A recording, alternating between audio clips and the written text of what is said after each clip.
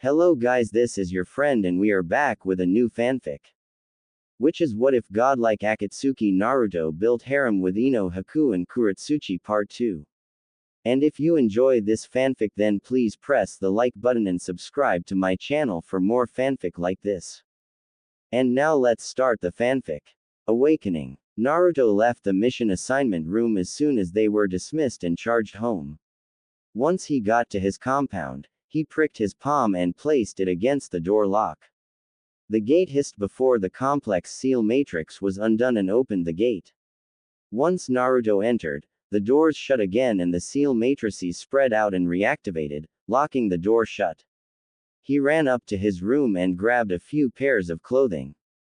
After that he went to the bathhouse and grabbed his toothbrush and toothpaste. He contemplated whether or not taking his hair gel, but chose not to bring it. He placed the required materials in his backpack and stripped to take a quick shower. The warmth washed over his tensed body and loosened his muscles, giving him a nice warm, yet cold feeling. He shivered in the shower, signifying that he was done. He grabbed a towel and messed with his hair and made kissing faces at himself. Hanging out with Sasuke for all these years has turned Naruto into a conceited closet pervert. The redhead shot out of the bathhouse with his backpack and his shirt halfway on. He ninja hopped across the compound and landed just in front of the armory. He laid his backpack down on the ground and fixed his shirt before entering the building. He opened the secret door to his library and took with him 10 of the weird three-pronged kunai. He liked them for some strange reason. There were entire crates filled with them. But they were different than the 3 that were in glass display cases. While these kunai were literally just three-pronged kunai, the ones on display had a parchment wrapped around the handle with an unrecognizable seal formula. Naruto filed that away for another time. He placed the kunai in his kunai pouch and headed out for one last pit stop. He checked his watch and sighed at the fact that he only had a few minutes left to go. He was pretty glad that the Yamanaka flower shop was on the main street of Konoha. He hurried off and entered the store in search of a certain blonde. When he saw her he gave one foxy smile and walked up to her with a really rare flower behind his back. It was so rare that not even the Yamanakas had it. The only place that Naruto knew to get it was in his room's indoor garden. "Hey Naruto-kun," Ino chirped. "What brings you?" "No time to explain. I have to be at the South Gate in 5 minutes. But I couldn't wait, so here." He placed a purple rose on the counter in front of her and barged out of the store. From the back of the store Ino's parents came out with a bag of fertilizer under each arm. "Who was that Haim?" Inoichi asked. Just a friend." Ino had a large smile on her face as she examined the purple flower. "Just a friend. I know. I heard you already, Haim." With Naruto. He landed with his team 5 minutes after Kakashi showed up. Naruto saw the foreboding look that Kakashi sported and died a little on the inside from fear of what was to come. Kakashi loosened his look and sighed. "Being late is my gimmick." Kakashi pointed to himself to stress the point being made. "Get your own." "Alright. Let's get going, shall we?" Tazuna asked. Naruto was amazed by the scenery outside of the village walls. Not once has he been outside of the village. All of his missions leading up to this had been inside the village, and even rarely, to a smaller village a few yards away from the walls of Konoha. Another difference was that they were always to the north or the east. The southern part of the Land of Fire was a complete mystery to Eugenin. After nearly 7 hours of trekking through the forests of the Land of Fire, Naruto, despite his amazing stamina, was sweating bullets. Not from running or even walking, but it was the beating sun above them. It was summer in the Land of Fire. Not only that, but the redhead's attire consists of black in weight, you guessed it, black. Naruto had just finished wiping sweat off of his brow, and then noticed it. The puddle of water sitting in the middle of the road. Naruto looked up to see no clouds in the sky. The first thought that came to mind was that it was a mirage, but when he looked back down, the puddle of water was still there. Naruto concentrated his nature chakra and sensed two unknown chakra signatures and two more almost half a mile away. The strange thing about the chakra that he sensed that was closer, was in the puddle in front of him. Normally when he'd sense people's chakra signature, he'd be able to see their body type and body structure, but it seemed that these two signatures were made from water. He looked to Kakashi, who looked to Sasuke, and Sasuke gave Sakura a subtle look. The entire team knew what was coming. As Naruto walked over the puddle, two men in rags rose from the puddle. Both of them had hitayates for the hidden mist village. On their right arms, instead of forearms, it was massive gauntlets. Naruto was caught by surprise, leaving Kakashi in their immediate vicinity. Suddenly, beneath the hands, a series of chains shot out from the gauntlets and wrapped around Kakashi. The two shinobi tore the man apart. But once they retracted the chains back into their gauntlets, the two froze.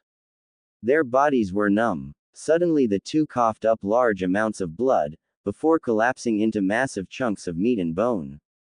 Tazuna nearly shit himself when the two shinobi exploded like that. Kakashi jumped down from a tree and clapped softly for his genin.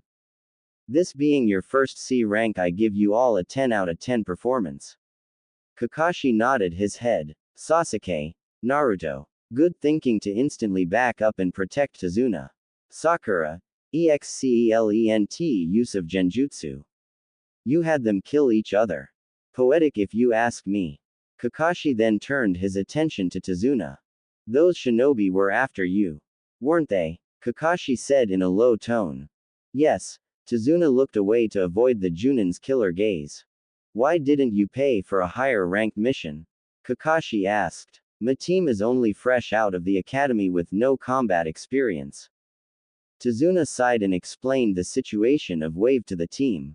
The nation was sucked dry of its money and was struggling to keep afloat, especially with a businessman named Gatos, monopoly placed on the country's shipping companies. The only way to free Wave from Gatos' disgusting clutches was to build a bridge to disrupt the demand for shipping. Why ship things when you can cross a bridge? Gato knows that it would be bad business, so he hired shinobi to kill Tazuna, leaving the bridge builder in his current situation. Please, help my people. I beg of you. Tazuna pleaded to Kakashi. Yeah, Sasuke said. We need to get some experience, Yano. Sakura grunted in agreement. Definitely. A shinobi does missions to protect and help people, right? Naruto asked. So what makes this mission any different? Fine. But if it gets too hard, then we will turn back and go home. Understood. Kakashi said. The team was led through a network of tunnels and pathways that formed a complex maze meant to confuse Gato's more efficient goons. Already, Wave's resistance force had taken down a few of Gato's goons without any issue, but Gato seemed to have an infinite amount of power, money and resources to do whatever he wants, leaving the people of Wave in his control, even if it is unofficial.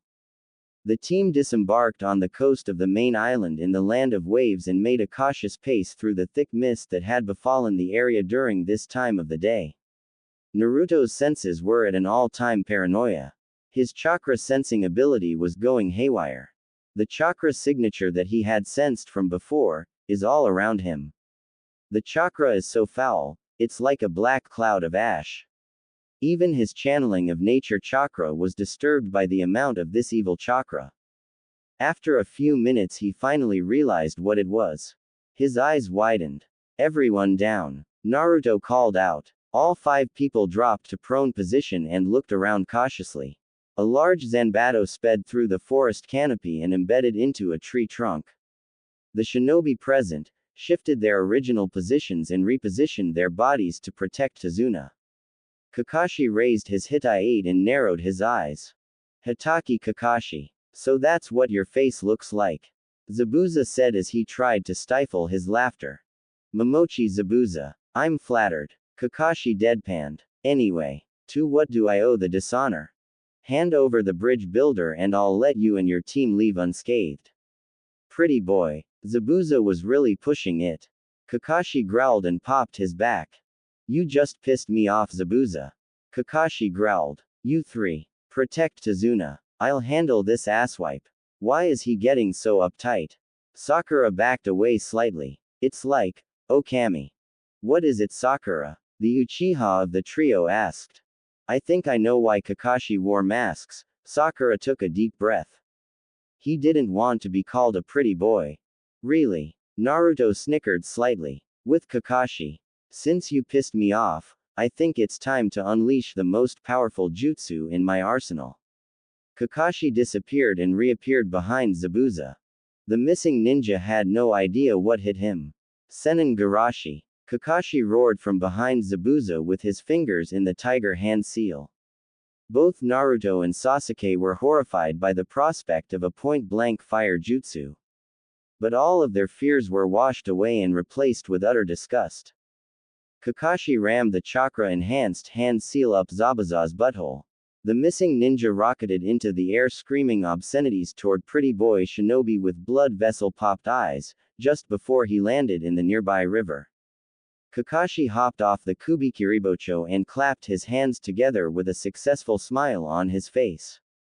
Not only did the Junin get rid of a near S-ranked missing ninja, but he also embarrassed him in the process. Alright, how much farther to Zuna-san? Kakashi asked. I wouldn't want to be here when he gets. You goddamn pervert, a dark and foreboding voice echoed from the river. Zabuza arose from the river with dragons of water spiraling around him like a double helix. I am going to kill you and your little team. Sweden. Swearyuden Renden. Zabuza growled. Suddenly the two dragons of water split into fourths and shot out at Team 7. Scatter. Sakura. Grab Tazuna and get the hell out of here. Kakashi and the more combat adept Genin jumped out of the way as the barrage of water dragons shot for them.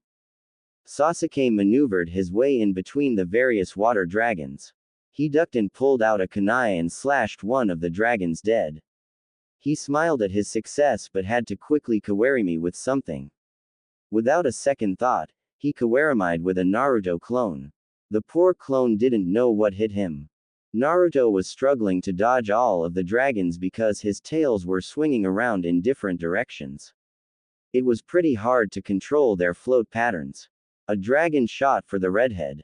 In a last-ditch effort he channeled a large amount of chakra. As before, his chakra was red instead of blue. The hot demonic chakra evaporated the water dragons. The Uzumaki looked to see his sensei charging for the missing nin.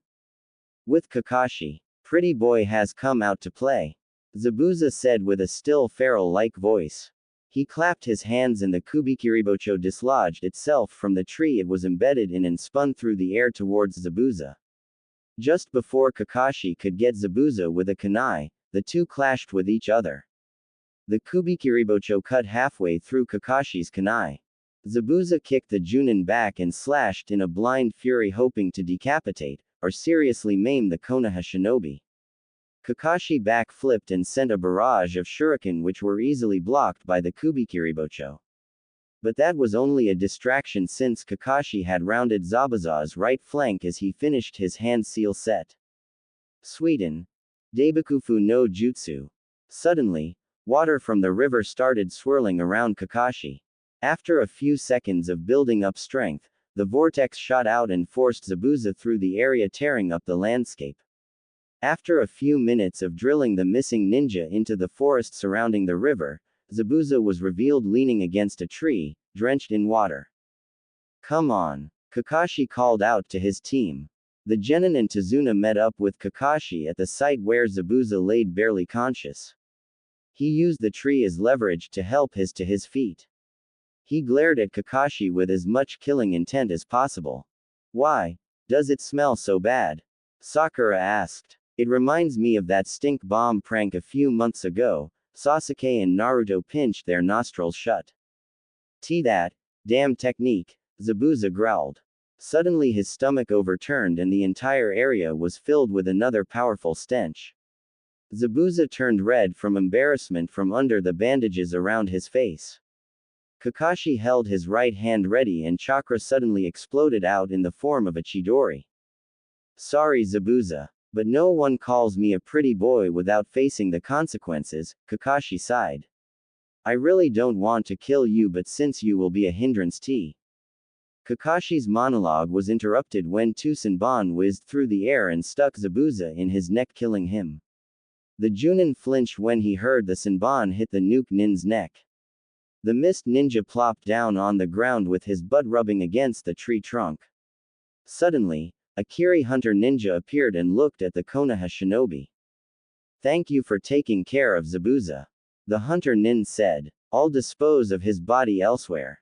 They quickly disappeared, leaving no trace of their existence. Kakashi sighed and lowered his hitai to cover his Sharingan eye. He nodded his head and looked back at his students and smiled right before he collapsed on top of Tazuna. Because of Kakashi's higher weight, he easily crushed Tazuna. "Alright, we've been over this scenario before. Naruto make clones to carry both Kakashi and Tazuna to his house." Naruto nodded at Sakura and without another word he formed 12 clones. 6 for each person. At Tazuna's house, the next day. "Well then, I didn't mean to use up my chakra like an idiot like that," Kakashi gave a wry laugh. "So we won't be able to do any hardcore training until I get better, or even worse, I'll have to wait until we get back home. Let's head out to the forest for some training." Kakashi picked up his crutches and led the group out to an empty clearing near the house. "Here are some chakra cards. What does it do?" Sakura asked as she examined the little card of paper. "Channel your chakra through it and it will read your chakra affinity. If it burns, fire. Turns to dust, earth. Splits in half, wind. Crumples, lightning. And last but not least and the most obvious, if it soaks up, water. So what are you three waiting for? Get to it." Kakashi nodded his head reassuringly at his students. Sakura channeled her chakra, causing the little card of paper to crumple, but then it turned to dust. Sakura was surprised. She looked up at Kakashi, whom of which just smiled and closed his one eye.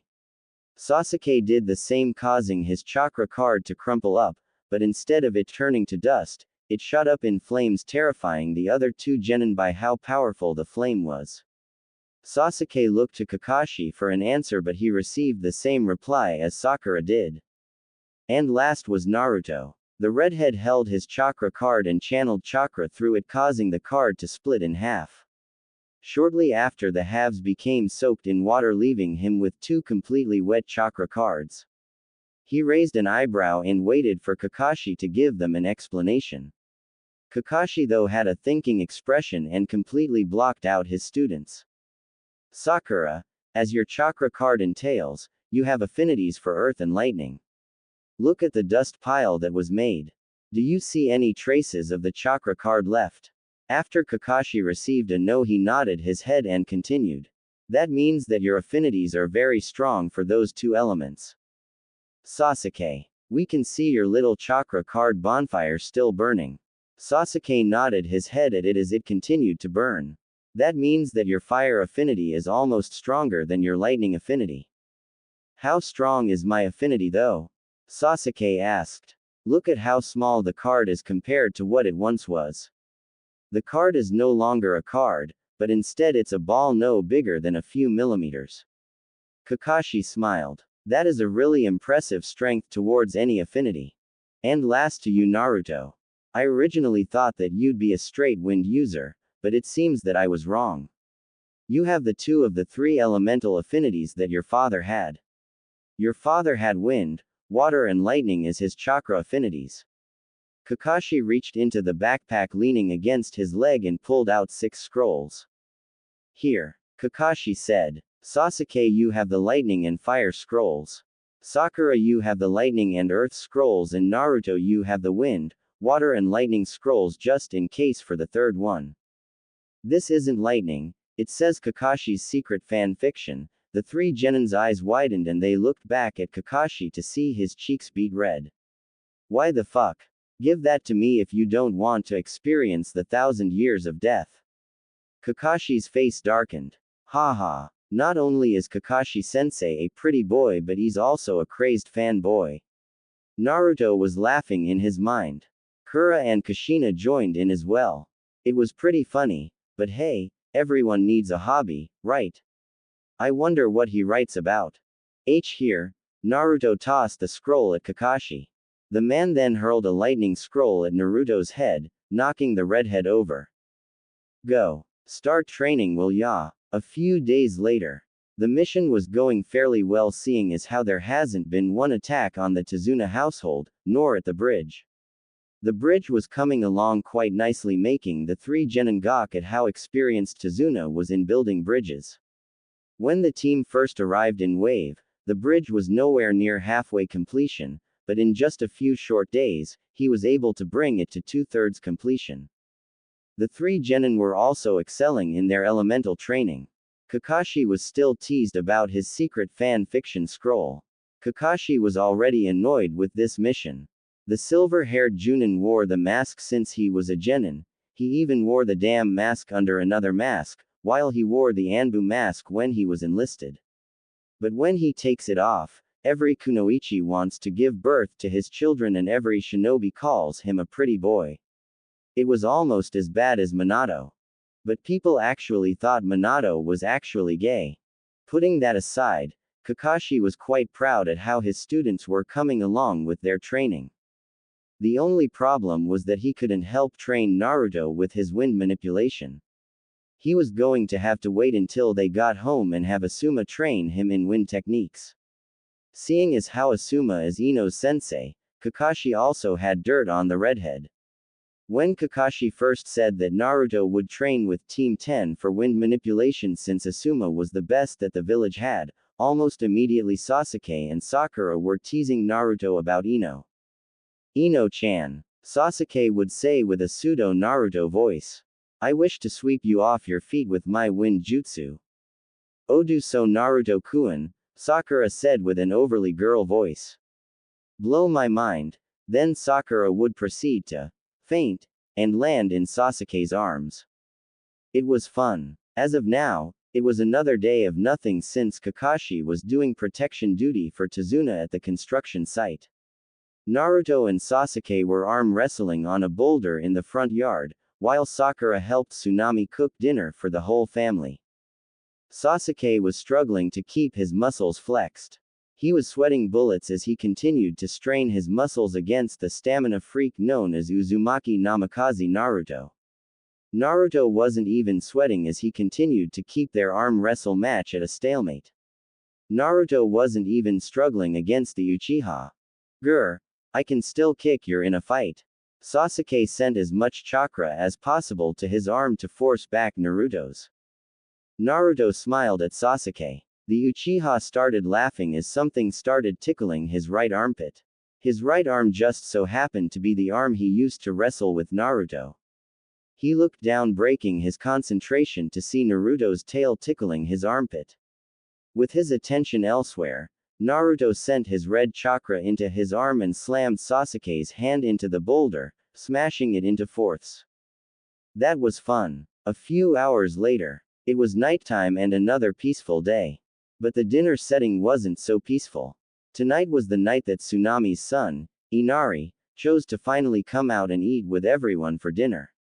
The kid looked pissed off and seemed to have been crying.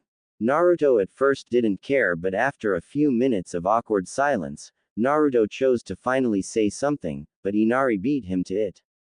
Why do you even try? Inari mumbled. Heroes only die, so stop trying. Gato is going to kill all of you. Hey now, I don't. Naruto tried to be calm and nice about it, but Inari rudely interrupted him. Shut up, Inari shouted. My country's pain is worse than yours. You shinobi live behind those big walls, knowing no pain, completely safe. Hey, Naruto shouted back. His tails were swishing behind him, giving off a malicious aura, scaring everyone silent. Naruto's purple eyes glowed with a sinister luminescence. Who are you to tell us that we know no pain? Naruto's tail slashed around and shot his chair into a wall, shattering it to splinters. May I have permission, Sasuke? Go ahead. Sasuke looked away. Uchiha Sasuke. Remember that name. He had a family. No, he had a clan.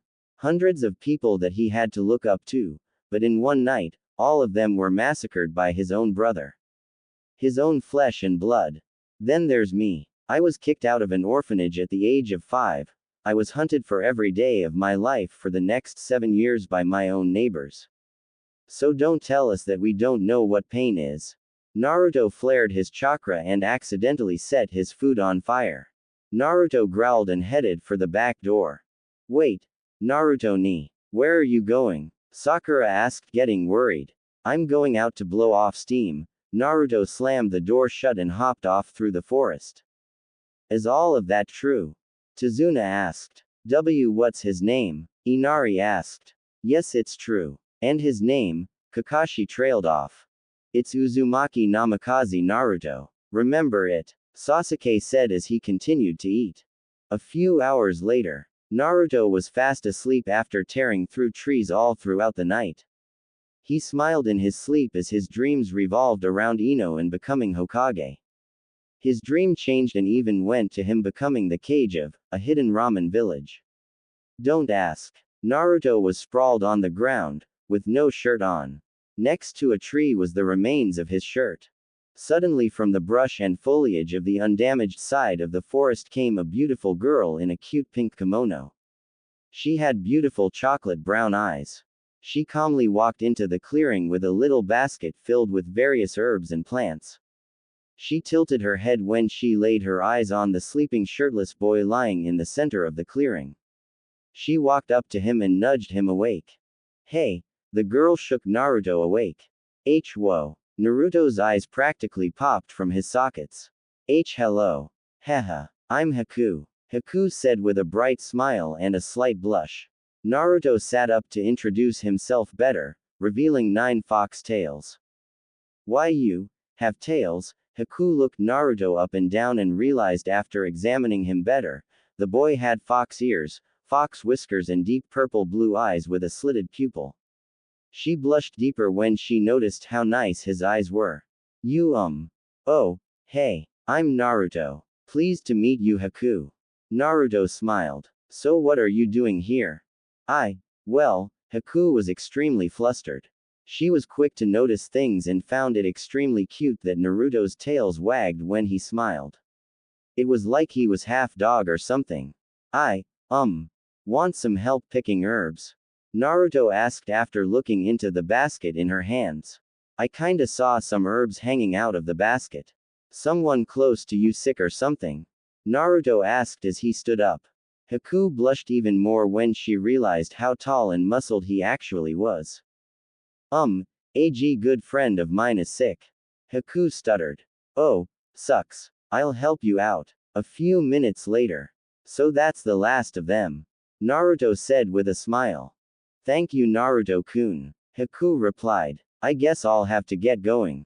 Wait. Naruto said sternly. You were that hunter nin that came to get Zabuza, huh? How'd you know? Haku spun around and threw a handful of senbon, which Naruto easily deflected with his 3-pronged kunai. After the first moment of surprise, Naruto quickly closed the distance between them and held his kunai at her throat. Your scent. Naruto tapped his nose. You smell like snow. There's no way I can forget that smell.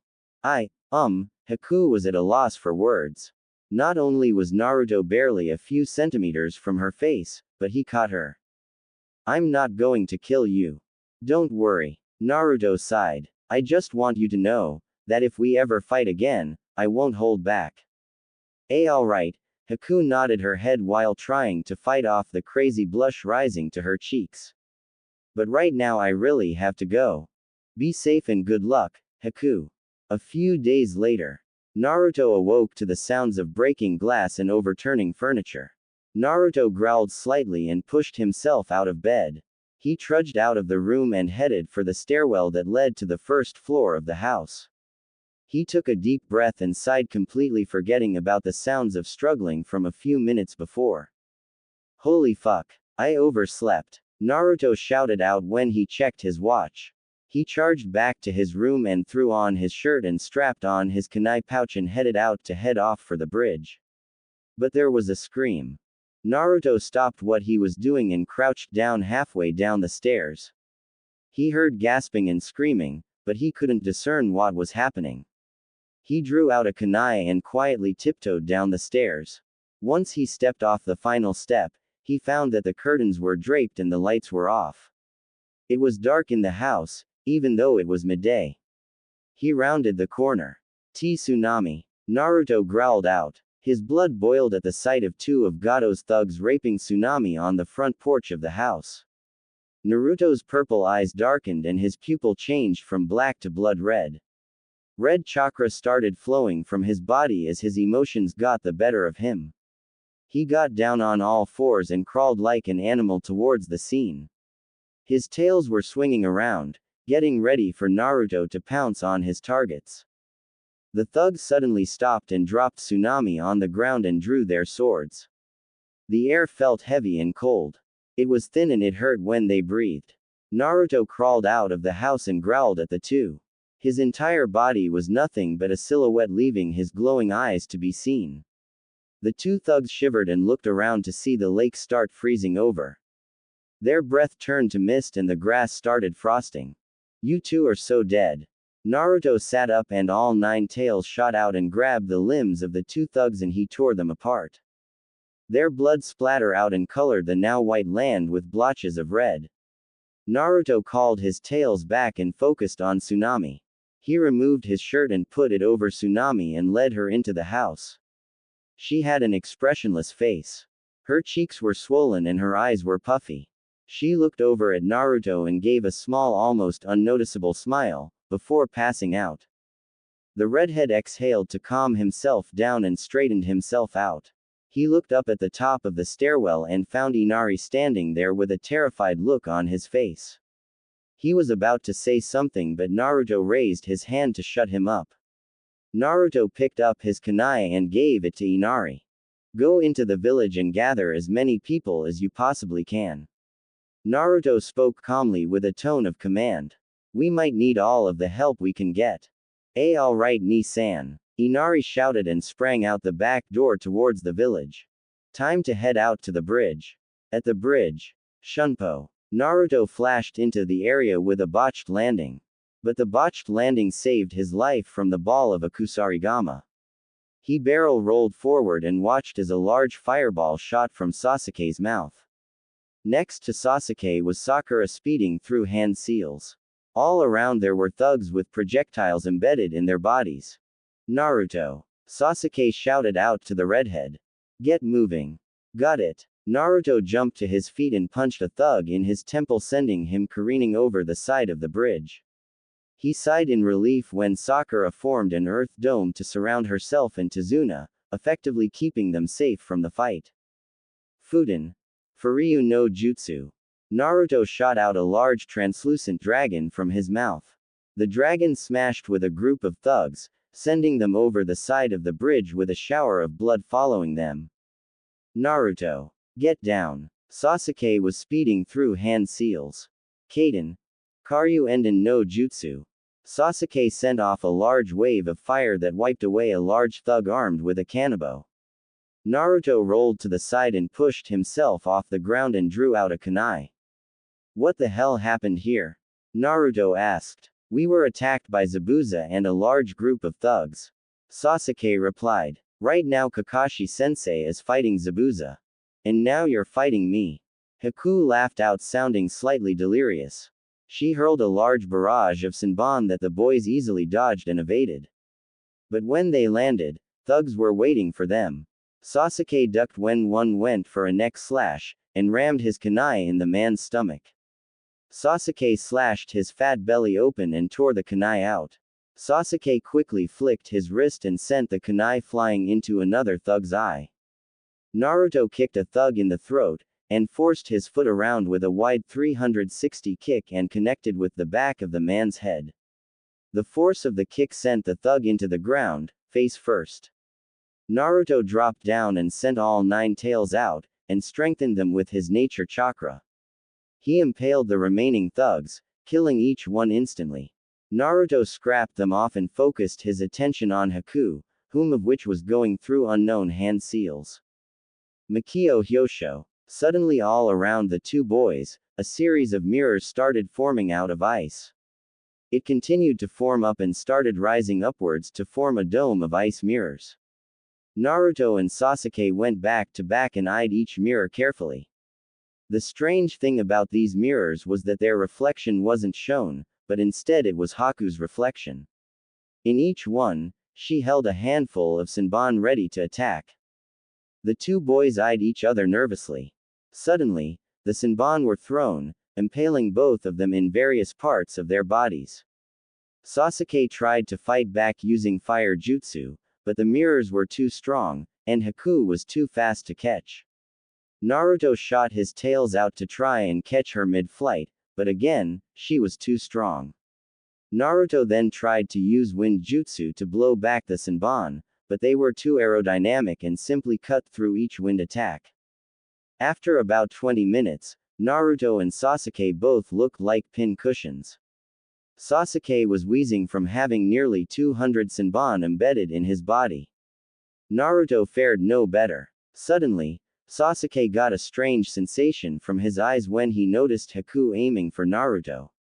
Sasuke acted on impulse and charged out to protect his brother. Splash. Ga. Sasuke fell back with nearly 500 Senbon embedded in the boy's torso. Sasuke coughed violently and gulped in pain. Naruto laid his head on his lap and looked at Sasuke with a horrified look on his face. Sasuke tried to give Naruto a reassuring smile, but failed when blood shot from his mouth and splashed on Naruto's fishnet undershirt. Sasuke. Naruto looked at the black-haired boy. Why? That's what brothers are for, right? Sasuke gave a painful laugh. Promise me that you'll become Hokage no matter what, and please tell Itachi that I forgive him. No, you'll be the one to tell him that. You're not going to die, Ni-san. Naruto growled.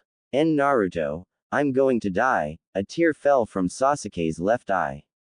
At least I activated the Sharingan before Sasuke went limp. His head leaned over and fell off of Naruto's lap. No, Ni-san, Ni-san. Naruto howled, terrifying Haku and everyone on the bridge. Zabuza and Kakashi stopped their fight and looked through the large mist cloud surrounding the bridge and found a large dome made from what looked to be mirrors. Kakashi gulped nervously and looked back to Zabuza. Suddenly the mist formed by Zabuza started gathering to form water droplets. Because of this, the mist disappeared completely, revealing the rest of the bridge to be seen. Kakashi and Zabuza's eyes widened. The droplets were pulled violently by a powerful gust of wind. It was strong enough to pull both Junins off their feet and drag them 20 feet before they were able to grab onto something. Water from the ocean shot up and headed for the dome. Within the dome, I swear I'm going to kill you. Naruto's hair was waving wildly, covering his eyes, and his tails were swirling maliciously. He was covered in a blood-red aura of chakra, and surrounding him the center of the dome was a large vortex of water and wind. I didn't mean to kill him. Those weren't supposed to kill anything if they hit the back, but the damned Uchiha had to go and protect Naruto-kun. Haku looked down in defeat. Now he's going to kill me. Naruto looked up and revealed his eyes. Haku gasped at the sight and blushed deeply from behind her mask. She was also too terrified to reach for another handful of Senbon. Naruto's eyes were light purple with a mix of cerulean. His right eye had 3 dots in a triangle formation that surrounded his pupil, which was a circle. The triangle was pointed upwards, while in his left eye, which had the same pattern, the triangle was pointed down. Naruto then raised his arm, which Haku had just realized was Senbon free. Naruto at first had all 5 fingers extended out, which had no effect, but he brought back his pinky finger, sending in a barrage of little water vortexes, amplified by wind at the mirrors, slightly cracking them much to Haku's surprise. He closed his ring finger and shot 3 dragons formed from the built-up water vortex that surrounded him. The dragons collided with the mirrors, completely shattering a few and damaged the rest. It's time to finish this. Naruto shut his fist and jumped with the flowing vortex as it shot for Haku. Once the vortex smashed Haku's mirror open, Naruto's fist came out of the flowing water and smashed with Haku's mask, shattering it apart to reveal her beautiful chocolate brown eyes. She looked at Naruto with a forlorn expression. She didn't dare to look up at Naruto. Haku, Naruto said with a crack in his voice. How could you? Naruto shouted. I owe my life to Zabuza, even though I think of him as a father, I am nothing but a tool to be used, Haku said. Tool? Naruto asked, taken aback by the reply. I'm sorry Naruto-kun, but I can't fail Zabuza-sama. The girl charged off for Zabuza. Naruto was surprised by her speed. He wasn't fast enough to stop Kakashi from ramming a Chidori in her chest. Naruto stopped dead in his tracks when he saw Kakashi's lightning cutter plow through her heart. No. Suddenly everything was being played back as if someone had pressed the rewind button on the TV remote. Everything was being reversed while Naruto seemed to be floating around to witness everything that had happened. It came to the point where he had just punched Haku, but it didn't stop there. It continued to reverse to the point that Naruto saw his Dujutsu for the first time. Then the vision stopped. Everything started clearing.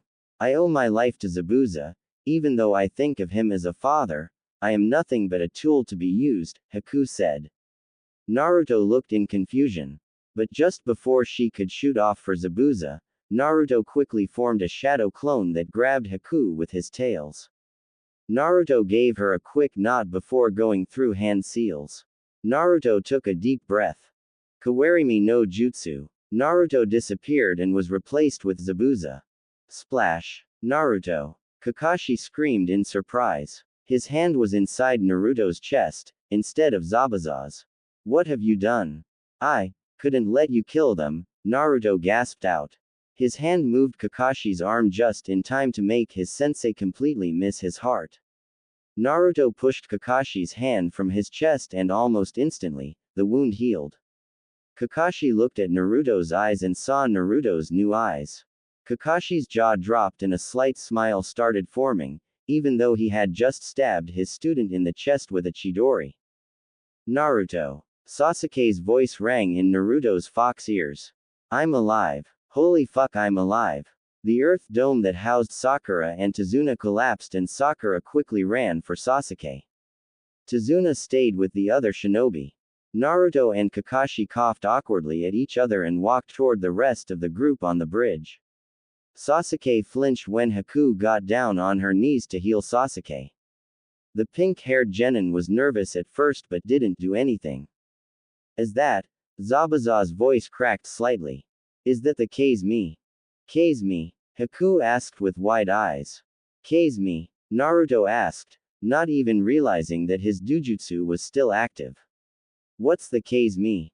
It's the Wind Eye. It is the Dujutsu native to the Namikaze clan. Naruto's eyes went just as wide as Haku's.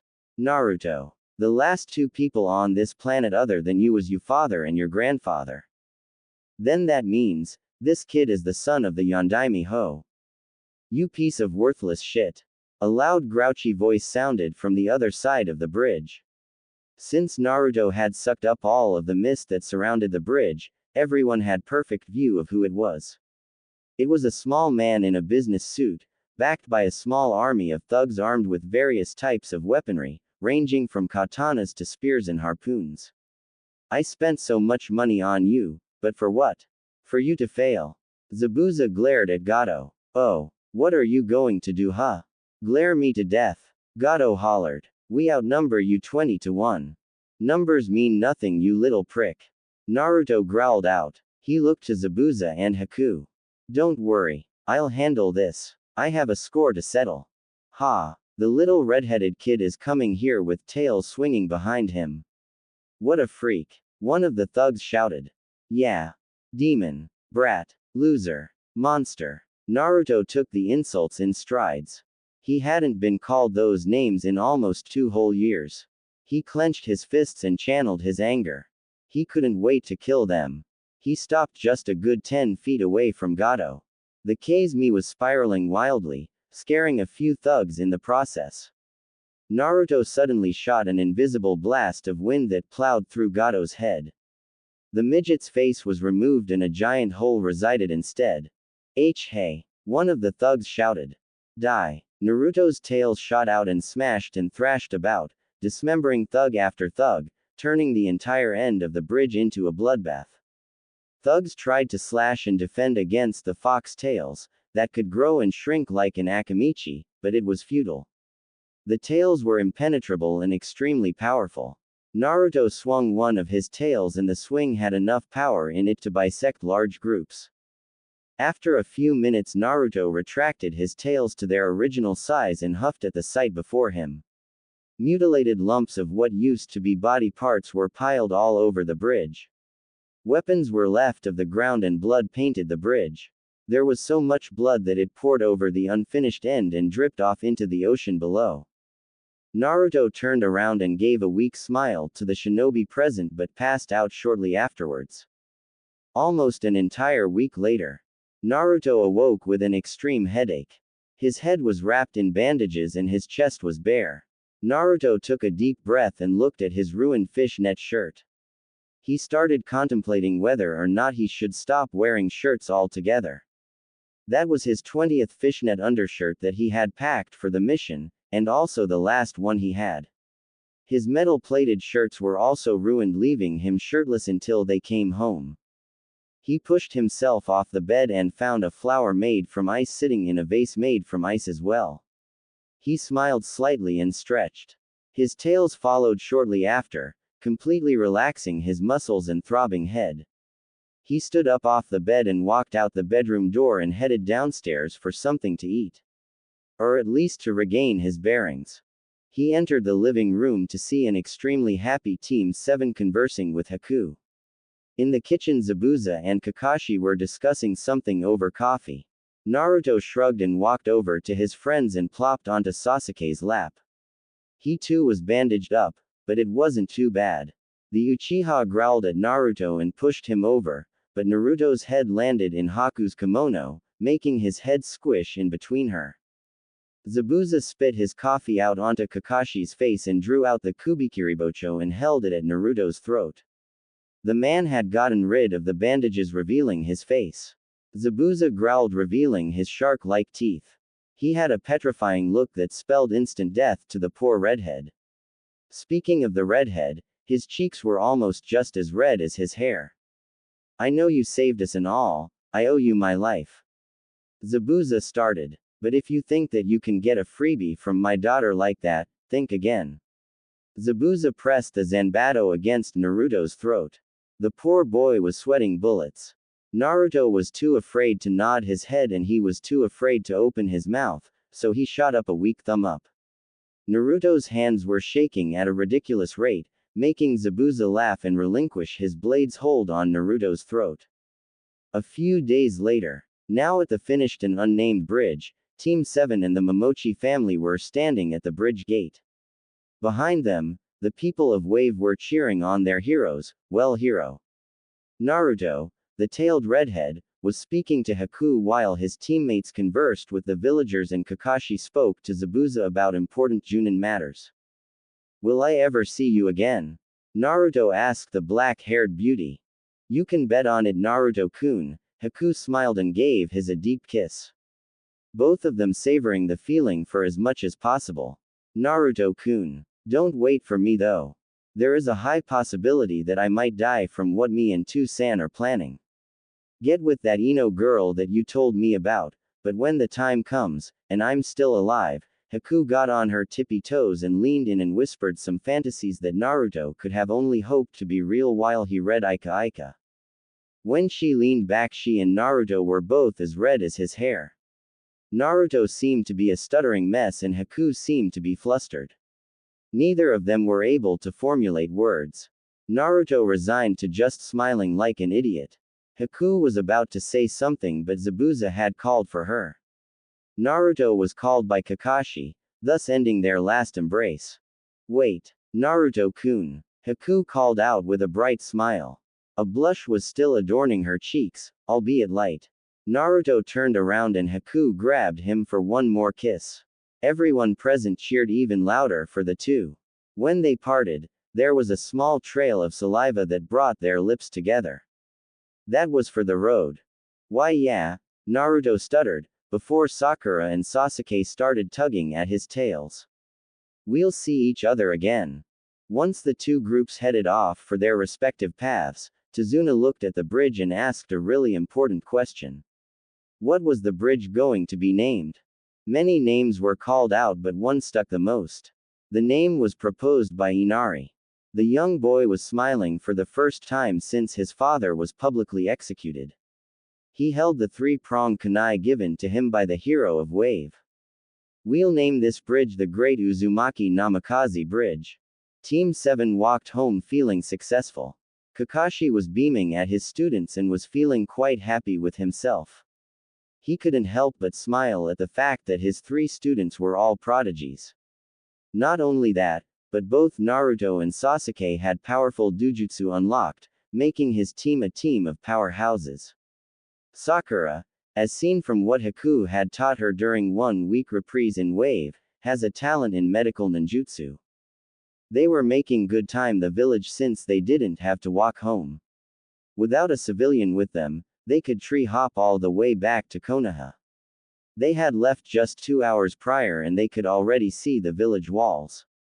During this time, the team members were conversing with one another. Each one was equally excited for training. Surprisingly, Sakura more than the other 2 since she was going to be learning medical ninjutsu from the hospital.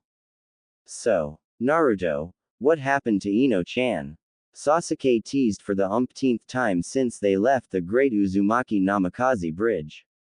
Nothing happened. Naruto replied. Really? Sakura piped. Because from what I remember seeing was, you and a beautiful ice mistress lip-locking on the bridge.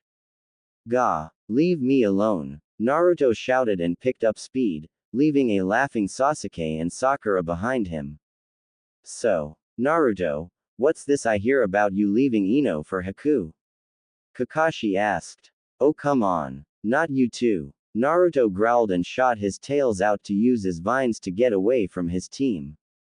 A few minutes later, the team landed at the south gate of Konoha. Already waiting was Kotetsu and Izumo doing their guard duties as usual. The two of them gave nods to Team 7, still happy with the way they handled the Tora mission.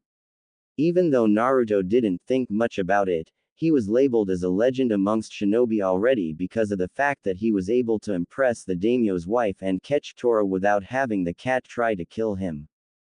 Without those tails, it wouldn't be possible. Team 7 was on their way to the Hokage Tower for mission debrief. Naruto was still shirtless and was picking his nose while Sasuke and Sakura were talking about pointless things. Kakashi though was thinking about more important subjects. Like the fact that Naruto has the Kazemi and the fact that his grandfather is the only person alive that could help him.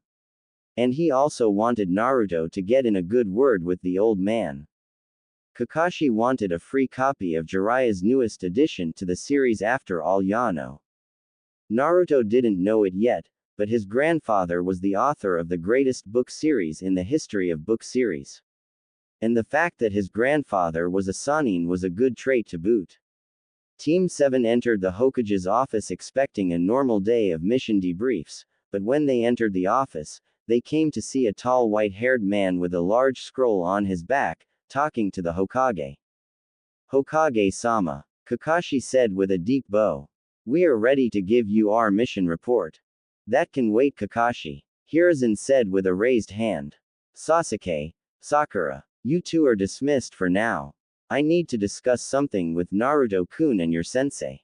Once the two genin left, the white-haired man turned around and almost instantly his jaw dropped. In front of him was a shirtless redhead with deep whisker marks and fox ears. His eyes were a mix of deep purple and cerulean. His pupils were slits instead of circles. Behind him were 9 fox tails wagging in anticipation. The kid looked up in the Jiraiya and tilted his head slightly. Why you? What the hell happened to you? Jiraiya screamed out and grabbed Naruto in for a tight back-breaking hug. Who the hell are you? Naruto asked while trying his hardest to break free from the deadly hug. Jiraiya relinquished his embrace and gave Naruto a sad smile. The man shut his eyes for a moment. Naruto sensed a small chakra spike. His jaw dropped when he saw the man's new eyes. The K's me, Naruto gasped. That means. I am the great Jiraiya Namikaze. The old man jumped onto the Hokage desk and broke out into a pose. Oh, and I just so happen to be the author of those books you have hidden in your backpack. Shit. How do you know? Naruto asked in surprise. I can sense a pervert when I see one. Jiraiya gave a big smile. Because I am the king of perverts. The super pervert. There was a moment of awkward silence as the white-haired grandfather waited for a fanfare of trumpets, or at least applause. Jiraiya sighed and hopped off of the desk and looked at Naruto. I also happen to be your grandfather. Sweet. Naruto smiled. But now explain why you look like this. Jiraiya said with a serious look on his face. I'm just curious if Kushina and Minato know about this. They do. Gigi. Naruto looked at Hiruzen. Can I have Inoichi-san get Arrow Gigi into my mindscape? Naruto asked with his childlike innocence. Haha. Hiruzen laughed. That's the first time I've heard that. Anyway, I can. Come by here in around 4 in the afternoon, which gives you 4 hours of reprise since you just came back from AC ranked mission. Naruto nodded his head and headed out of the tower in search of someone of high importance. He flash-stepped out of the building and reappeared at the Yamanaka flower shop. Looks like Ino is still working at this time.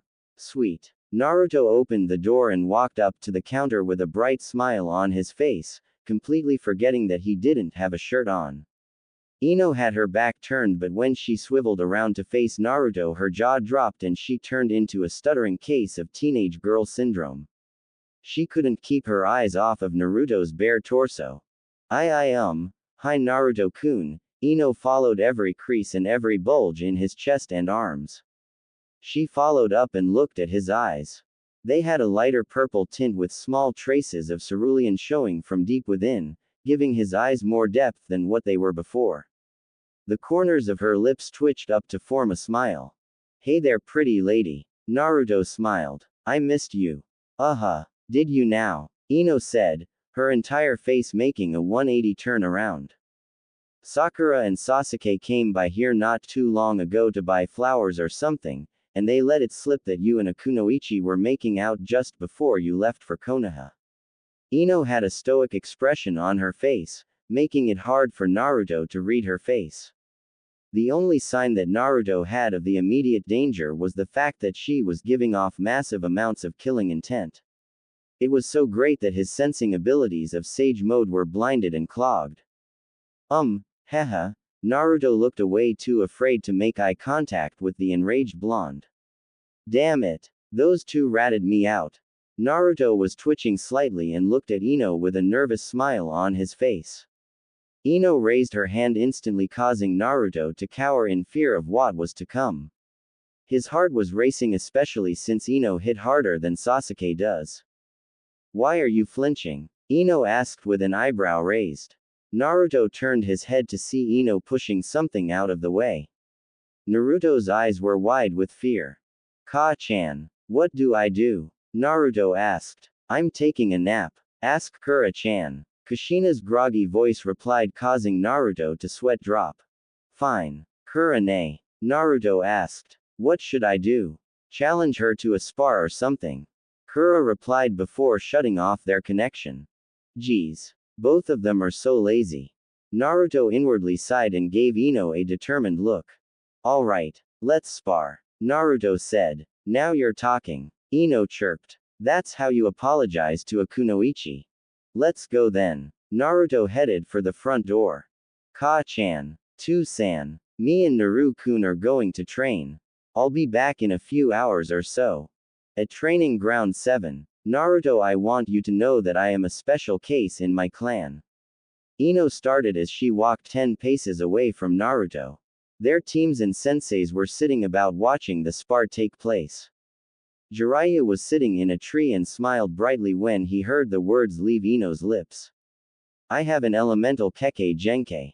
She suddenly sped through hand seals, making an unknown combination. Naruto sensed a chakra surge coming from Ino and was immediately able to realize what kind of Kekkei Genkei she had. Senjutsu chakra does wonderful things. Naruto was frozen with fear. Well fuck, she uses Ranton. Naruto's eyes widened when Ino finished the hand seal pattern. Rantan. Reiza Sakasu. Suddenly a large blast of light shot out for Naruto from Ino's extended hands.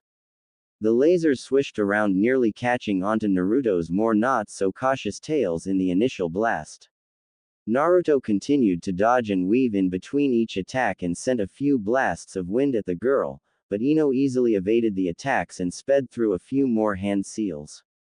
Rantan. Ryazaru no Jutsu. Ino clapped her hands together and a large dragon made from supercharged lightning and lasers came to life and shot at the unsuspecting redhead. Naruto, on the other hand, was getting nervous. He knew about Rantan and the powerful effect of Rantan Jutsu. His clan was known for using them exclusively. But the whole Yamanaka using Rantan caught the young Uzumaki Namikaze off guard. The large dragon closed the distance and was ready to converge on Naruto's position. But Naruto surged his chakra, sending out a massive blast of red chakra, which cancelled out the jutsu, leaving a bubbling Naruto and a slightly peeved Ino. The blonde of the two went through a few more hand seals even though she knew that this was her limit. Rantan. Shushu go. The sky suddenly darkened above them, terrifying Naruto. The red head was using the Kazemi to try and remove the storm, but nothing was working. The sky boomed with thunder, signifying that it was at its peak. Suddenly, instead of rain coming down in waves, it was instead a concentrated barrage of laser beams shooting from the sky towards Naruto. Oh shit! Naruto screamed and threw up the first hand seal that came to mind. Taju Kage Bunshin no Jutsu. Almost 1,000 Naruto clones popped into existence and took the hits for Naruto. After a series of amazing explosions and power outages, the battle was over and the sky cleared, revealing a 10-foot deep crater with a sizzling shirtless Naruto lying in the center. His tails were black and singed with little hairs on fire. Naruto's once beautiful eyes were replaced with spinning spirals and his mouth was open wide with a dopey expression. Sakura charged down and went to heal the poor redhead. After a few minutes, the boy shot up, gasping for air, and was petting his tail and mumbling incoherent words to himself. He looked back up at a sheepish-looking Ino and sighed. Where the hell did you get enough chakra to use 3 ranked jutsu consecutively? Naruto asked. I know me and Sasuke can, but you? Hey. Ino's left eye twitched. What's that supposed to mean? Oh, wait. That didn't come out right. Naruto didn't reply quickly enough and was bonked on the side of his head by the 2 kunoichi present. Apology is not accepted, Naruto. Ino turned around and proceeded to walk away. But, wait. Naruto called out to Ino, causing her to stop and face Naruto. There is a way. What is it? Naruto asked. I'll do it. Then how are you supposed to apologize to a woman? Ino asked. Inwardly she and Sakura were smirking. Ino had him in a trap. Naruto looked to the male populace of the training ground. Each one said something that would, in normal circumstances, would have Ino loving you for days, but these weren't normal circumstances. Ino wanted Naruto for herself, but there was only one way to do that. The men continued to say stupid things, but then Naruto sighed and looked up at Ino. After nearly 10 minutes of talking and getting every guess wrong, Naruto knew what it was. Will you go out with me? Naruto asked, slowly, getting ready to flinch. But Ino gave him a small kiss on the cheek and started walking away. That is how you apologize to a woman. Ino walked up and out of the crater. And yes, I will. Pick me up at Friday night at 7. Don't forget, and no Ichiraku ramen. After a long moment of silence, the men had one question that went unanswered. What's wrong with ramen? At least you have an entire week to figure it out. Let's go. 7 o'clock Friday night. Naruto walked up to Ino's house with a civilian dress shirt over a pair of straight jeans. He was still wearing his black shinobi sandals and shinobi fingerless gloves. He was slightly nervous for the coming date. He hoped that nothing bad would happen and that it would go perfectly. He smiled to himself at the idea of being the boyfriend of one Ino Yamanaka. He walked up to their house and rang the doorbell. After a few minutes of waiting, the door opened to reveal Ino in a casual dress with a large belt wrapped around her waist. She also appeared to have been wearing makeup. Her hair was done differently too. Instead of letting it all flow in a large ponytail, it was instead up in a traditional hair bun with kabuki-styled chopsticks in the bun holding her hair together. She was wearing high-heeled kunoichi boots. "Hey, Naruto-kun," she smiled brightly when she looked at his fairly simple outfit. It wasn't too fancy nor was it underdressed. Naruto's tails also seemed to be wagging with excitement when Naruto looked at his girlfriend. He had his patented foxy smile spread across his face as he reached out and took hold of Ino's hand. She gladly accepted and waved goodbye to her parents, and the pair started heading down the street.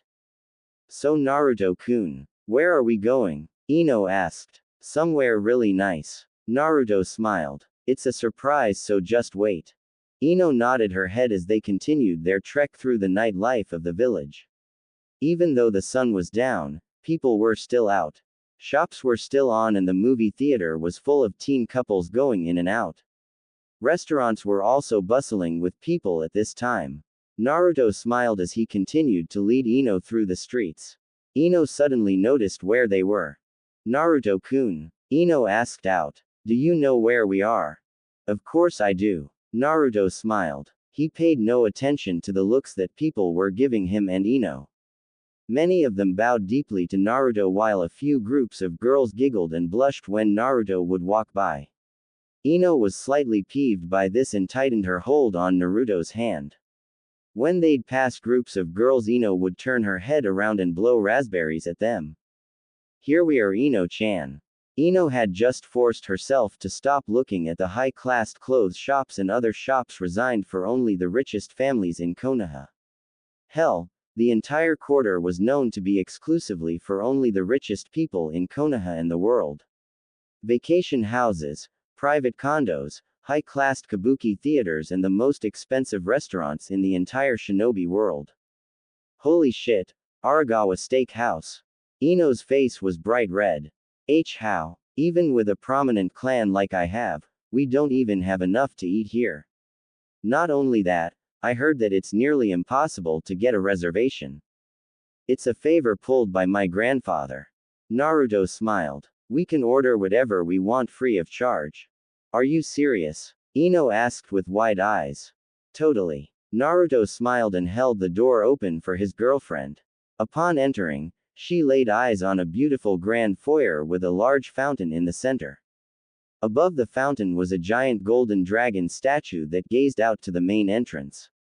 Its eyes were made from the most amazing sapphires that the girl had ever laid eyes on. Well, they were the only sapphires that she'd ever laid eyes on, but that still didn't lessen the effect. There were at least 8 floors to this pagoda-like restaurant, each one seemingly getting better and better. Ino surmised that with each floor, the price rose by an undetermined amount. Already there were tons of people inside eating the gourmet steaks that Ino had dreamt of eating for the longest time. She kept admiring the furniture and internal design so much that she totally ignored Naruto. "Ino-chan." Ino snapped from her stupor and looked at their waiter and then to Naruto, who seemed to have a smug smirk on his face. Naruto gave a small chuckle and nodded at the waiter. Ino had no idea what they were talking about but assumed that it was something important. When the couple walked past the large dragon head gate, they were led through the main foyer and they walked past millionaires and billionaires. Many of them were exclusive clients for Konoha. Many of these men and women employed Konoha shinobi with millions of their hard-earned ryo to protect their interests and by proxy, Konoha's interest. Almost immediately, hundreds of businessmen and businesswomen rose from their seats and started clapping for Naruto. "That right there is the boy that freed Nami no Kuni from Gato's greedy clutches," a businessman said with a bright smile. Something about the man was extremely familiar. "It's me, Naruto. Tazuna." "Tazuna?" Naruto asked with a genuinely happy expression. The old man had shaved his scraggly beard and had bought himself a good-looking, albeit expensive, suit. The man looked classy and had tons of money to boot. "Hey Tazuna, why don't you join me and my girlfriend over a nice dinner? Naruto asked. I was planning on telling her all about the mission. Why not? Ino said with a bright smile. Damn, I was hoping it would only be us two, maybe next date. Alright then. Tazuna smiled and left his groupies to join the hero of Wave to their private 8th floor dinner room. When the doors opened, it came to reveal all glass windows and a perfect view of the entire village's nighttime skyline. The night was cloudless and the moon was at a waxing crescent. The vast multitude of colors that brightened the midnight Konoha scene brought wonders to Ino's chest. Not once has she ever seen something so beautiful. In the center of the room was a table filled with food and a series of plates. Naruto thought about it and surmised that this room was reserved for the daimyo himself and the Hokage. Let's get going then. Naruto smiled and the three sat at the table and grabbed rice and other sides for their plates. After a few moments of comfortable silence, Naruto had a Naruto moment and forgot what he was doing and missed his mouth by an inch while he was drinking his water. The water poured out and splashed all over his shirt, drenching it completely. Naruto sighed and unbuttoned his expensive silk shirt and tossed it away, leaving him shirtless at the table. Ino began to stutter and blush while Tazuna began to laugh. The old bridge builder went on to tell Ino about how he spent the last few days in Wave without a shirt. Ino giggled at most parts and made sideways glances at the fire head sitting next to her. On the outside she was smiling and enjoying the stories, but on the inside she was fuming that some Kiri girl beat her to claim the title of Naruto's first kiss. Shinobi or not, Ino was still a girl with girl needs. Naruto the entire time was smiling like an idiot while on the inside he was sweating bullets. Damn it, Tazuna, why would you tell her that? Come on, I'm trying to apologize to her. Naruto nodded his head and gave a laugh when Tazuna pointed at him and asked if he remembered. Damn, old man is trying to get me killed. Ino was nodding her head and soaking up the information like a sponge.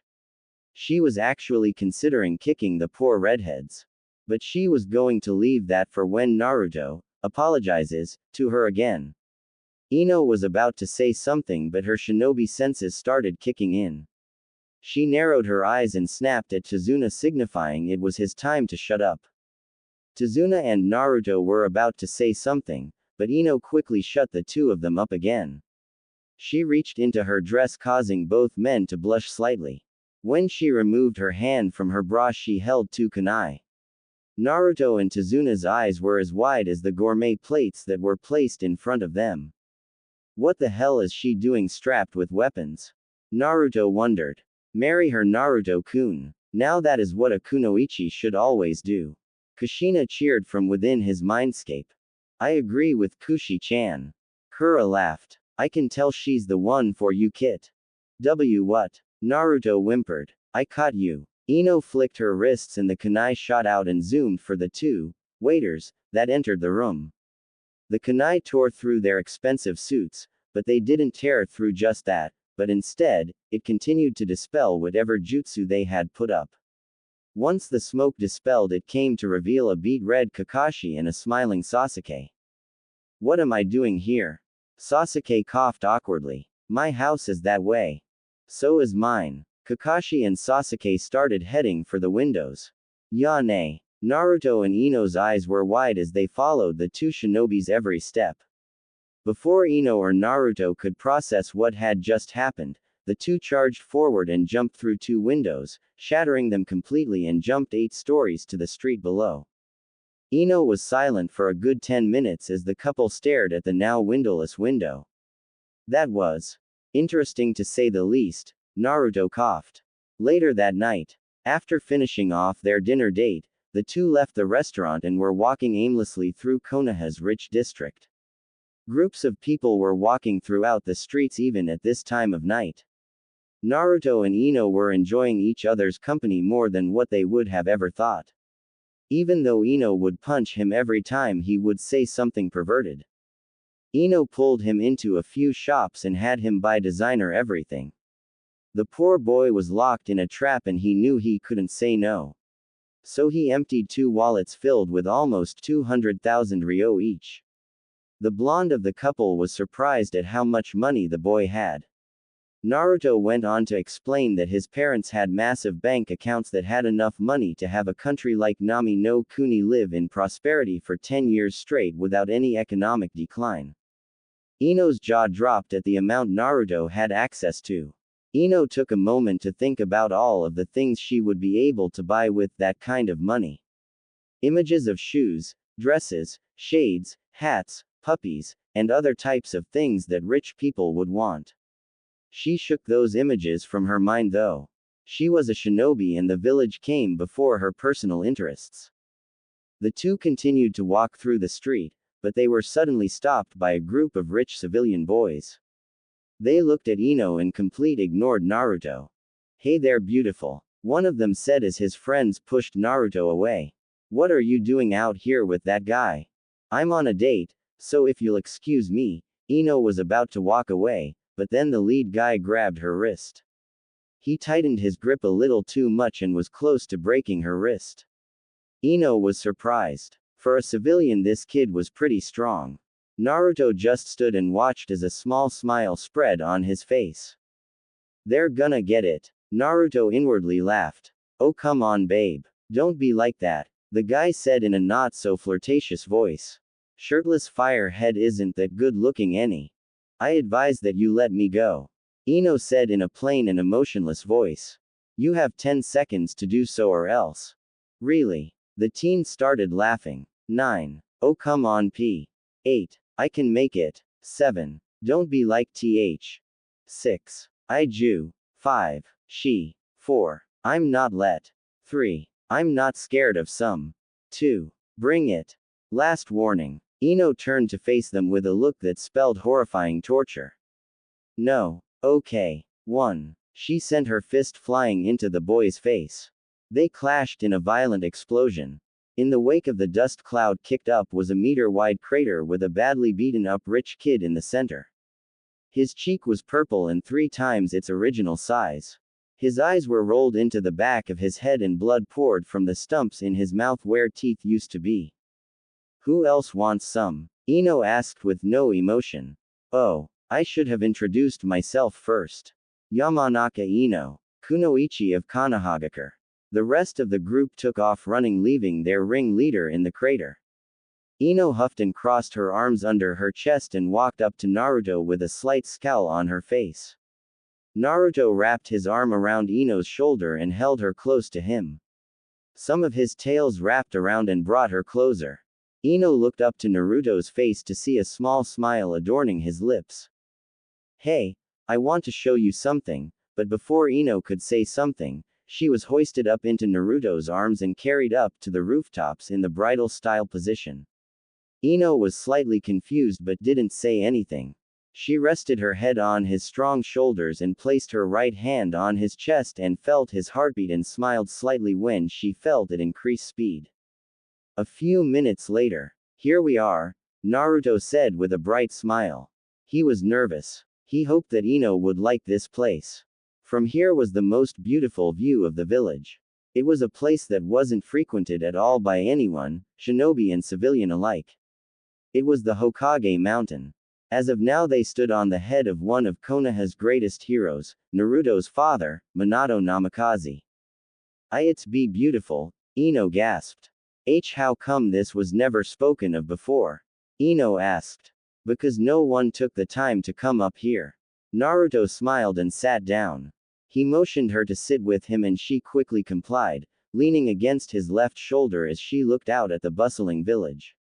She could see everyone's house from where they were. She focused her eyes and she could see Sasuke at the park giving Sakura a rose.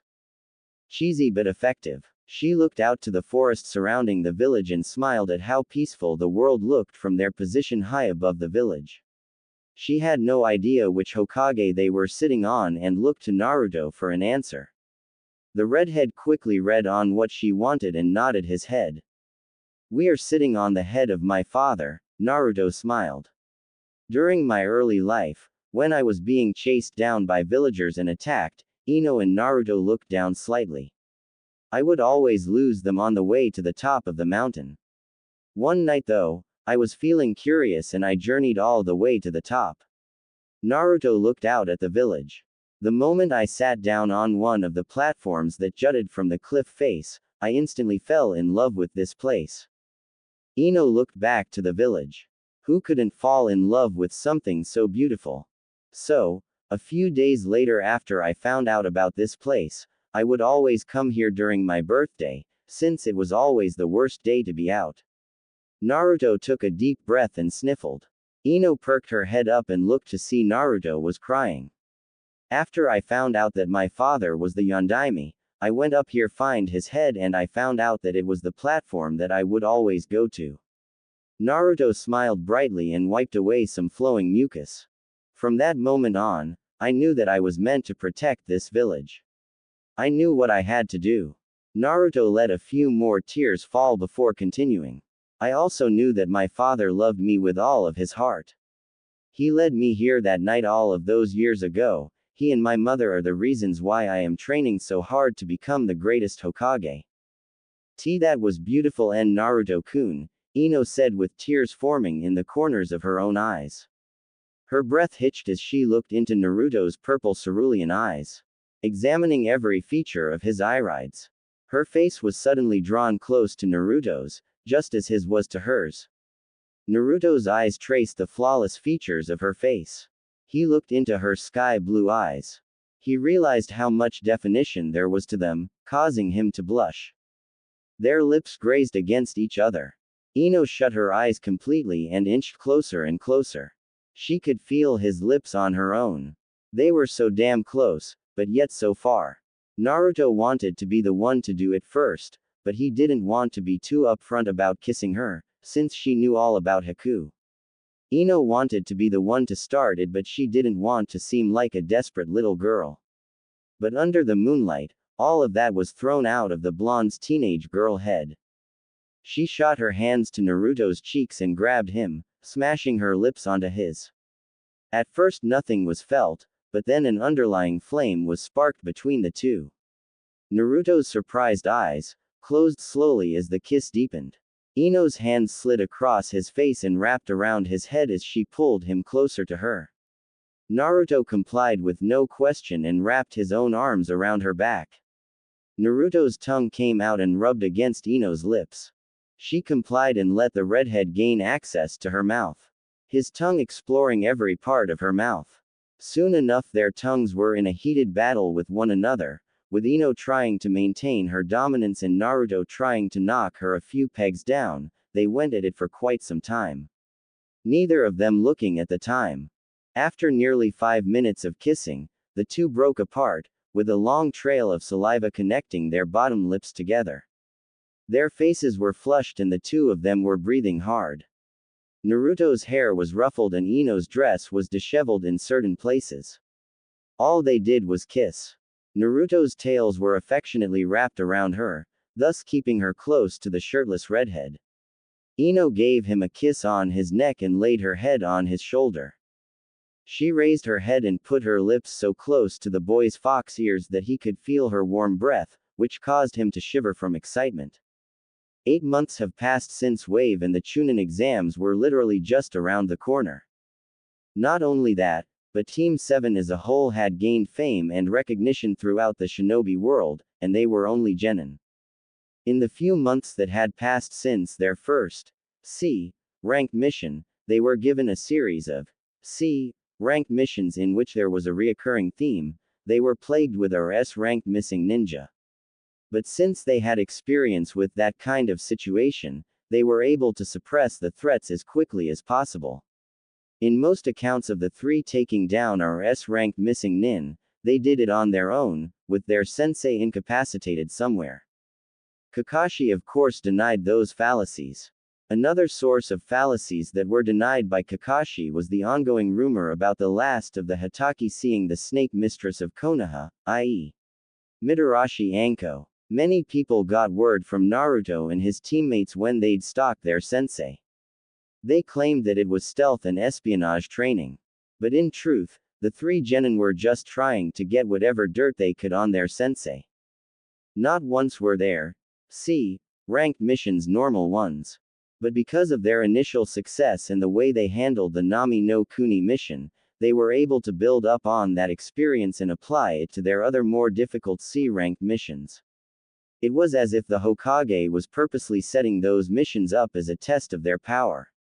Little did they know, the old monkey was doing just that. Back in the years of his youth, he had his genin team of Orochimaru, Senju Tsunade and Namikaze Jiraiya take a long series of life-threatening combat missions during both the Second and Third Shinobi World Wars, to test their combat prowess.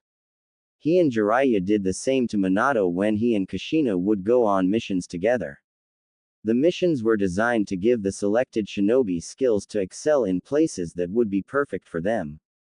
Hiruzen was training Naruto for combat and for him to understand strategy and tactics, since the redhead was the one leading most of the missions aside from Sasuke and a few times Sakura. The redhead was on a steady path to becoming Hokage. The Sarutobi was having Sasuke train his Sharingan to use to the fullest potential, so that one day, the young boy could topple Danzo and take his place as the head of Root. And Sakura was learning to master her medical ninjutsu by constantly having to heal wounds on her teammates that were progressively getting worse and worse with each mission they took. She was on the road to rivaling the slug Sannin herself. Overall, he'd give the genin team SS ranked in all areas of combat awareness. They worked together like a well-oiled machine, like a family. Their team dynamics were unseen as ever than before. Not only that, but their lives didn't revolve completely around being a shinobi.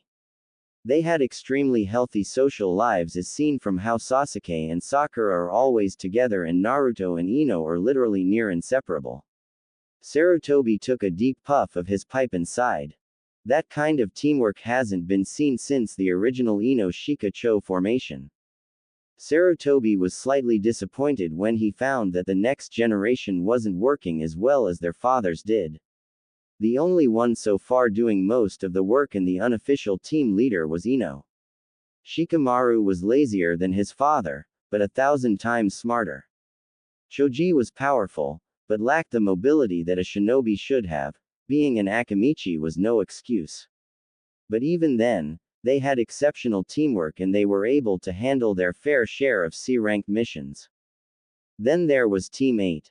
The perfect tracking team in all respects. Hiruzen smiled and took another puff of his pipe. Hinata worked perfectly with her two teammates. The Hyuga would pinpoint enemies, Kiba would come in and weed them out. Once the targets were out and in the open, Shino would jump in and send out his beetles to suck the chakra from the targets' bodies to disable them. Perfect search and eliminate team, as seen by their impressive record of 15 C-ranked missions in the last 8 months. All in all, Hiruzen was hoping to see the Rookie 11 in the Chunin exams this year, and be the first generation to be entered into the exams together. He looked up from the team registration form in front of him and looked up to see various Junin senseis of genin teams from the village. He couldn't help but smile when he saw Kurenai, Asuma and Kakashi all talking with the more flamboyant Maida guy. "It's time to start with Chunin exam registration," Hiruzen said. "I'd like to start with the rookie instructors. I, Sarutobi Asuma, nominate Team 10. I, Yuhi Kurenai, nominate Team 8. I, Hitaki Kakashi, nominate Team 7. Almost instantly there were whispers and comments being made about Team 7. The Prodigy Team as they were called. They were rumored to have excelled in every mission given to them, even though each one was botched by high-leveled missing ninja coming into the picture.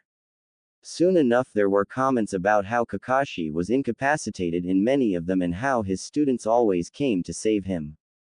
Kakashi was about to save the only dignity he had left, but all of the whispering and talking was silenced when Hiruzen raised his hand. Kakashi sighed in relief and scratched his face awkwardly.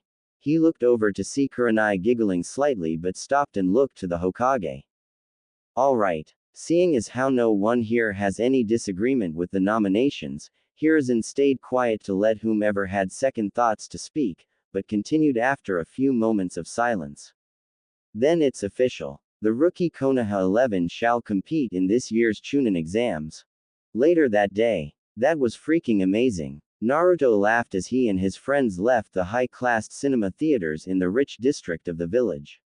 His arm was locked with Ino, Sasuke's with Sakura, Kiba's with Hinata and Choji with some civilian that he met a few months prior. She was skinny but had strength to make up for her slender build. And she was a lot like Ino and Sakura when enraged. Shikamaru wasn't there since he was too lazy to get up that morning. I know, right? Choji laughed. Those special effects make all of those crazy powers that she has look so damn real. I wish I had powers like that. Kiba sighed. Suddenly everyone stopped and looked at Kiba with a strange look. Kiba looked back at them with an aloof expression. Sasuke leaned to Naruto and Choji leaned in to listen. Sasuke was whispering something and it was pissing Kiba off. Suddenly the three boys started chuckling like idiots, making Kiba furrow his brow even more. Next to him, Ino was whispering what Sasuke had said to Hinata. The two girls started giggling and soon enough Sasuke filled Sakura in on the joke and Choji filled his girlfriend in. Soon enough, Kiba was left out of the loop. The entire group was laughing so hard that they had caught the attention of many of the passerbyers, receiving strange looks from some of them. While some of the more snobby rich guys would catcall the girls of the group. They continued walking through the streets and they caught sight of one of the most expensive clothing stores in the entire shinobi world. Eternally 21. Naruto and Sasuke's eyes widened as memories of what happened the last time they went, came flashing in their minds. Seeing as this version of the store was explicitly female, the two boys had nothing to do except pay the ridiculous prices for their girls' shoes and clothes. But they were happy. At least they weren't super uptight about being shinobi and took the time to act like women. The girls of each couple pulled their bows towards the front doors of the store, but they were blocked by three junins. Kakashi gave them a smile. Kurenai gave them a small laugh and Asuma simply spit out his cigarette onto the paved road. Suddenly the shop owner came out. He was a scrawny man in his 30s most likely and had two extremely ripped men wearing suits right behind him. The shop owner also had on an expensive business suit. Smoking is prohibited here, Shinobi-san. The man said with a strange accent to his voice. Dude, this guy acts and talks like a girl. Sasuke snickered to Naruto. They may be the most powerful genin in the world, but they had the maturity of toddlers. Oh, I'm sorry little man, Asuma said in a sarcastic manner. The two bodyguards inched closer to Asuma who seemed to not even care. Mind telling your boys to back away? I'm in the mood for not giving a fuck. Asuma narrowed his eyes and equipped his trench knives. Wind chakra was absorbed and extended the cutting length. The bodyguards backed away. Oh, stop this, Shinobi-san. The man playfully tapped Asuma on his right bicep. No need to get so riled up now. I swear I read something like this happening in the desert edition of the Ika Ika Paradise. Kakashi was bashed on the head by not one, not even two, but four women at the same time. All men flinched, except the shop owner.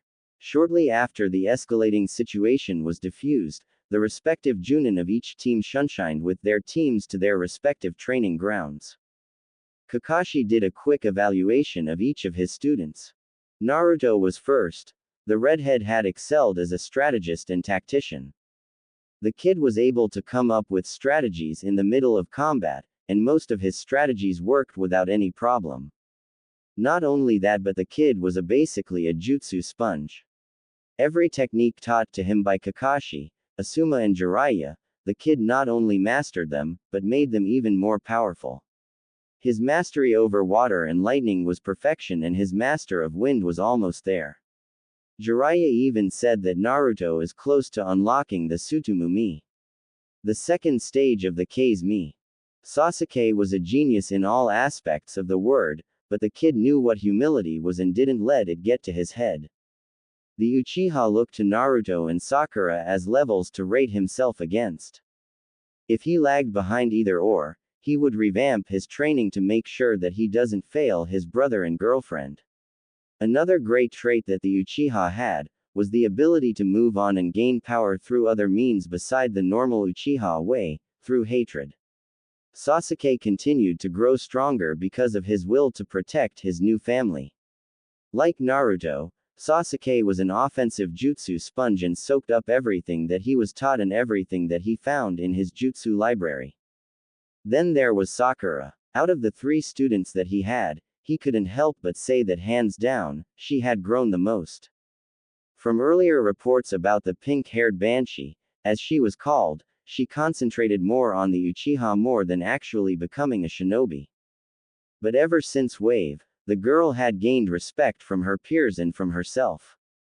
She even cut her hair to show that she was serious about being a powerful shinobi so that wouldn't hinder her team. But unlike Sasuke and Naruto, she mostly excelled as a defensive and support type of kunoichi, something extremely rare for a kunoichi, since it required lots of strength to keep the flanks of the offensive type cleared of any attacks. Sakura also was referred to as the second Tsunade, since she absorbed medical ninjutsu and medical theorem much like how Sasuke and Naruto were for combat. With his evaluations done, he nodded his head and looked up to the heavens and smiled a foxy smile, much like something that Naruto and his parents did on a daily basis. Kakashi's heart pounded with excitement.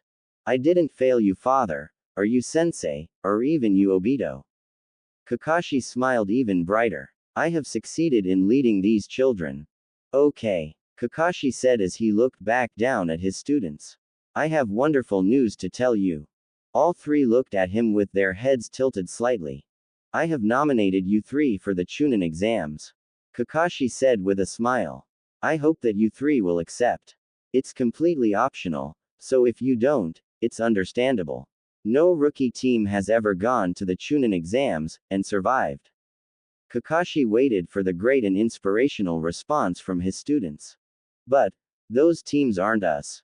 Sakura cheered. Of course not. Sasuke added. We are Team 7. Naruto started as his smile widened even more. And we accept. All 3 said as they entered chibi form and threw up peace signs before returning back to normal. Haha. Come to the academy in 2 weeks for official entrance to the test.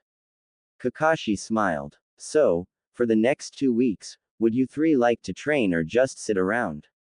Kakashi asked, even though he knew what the answer was.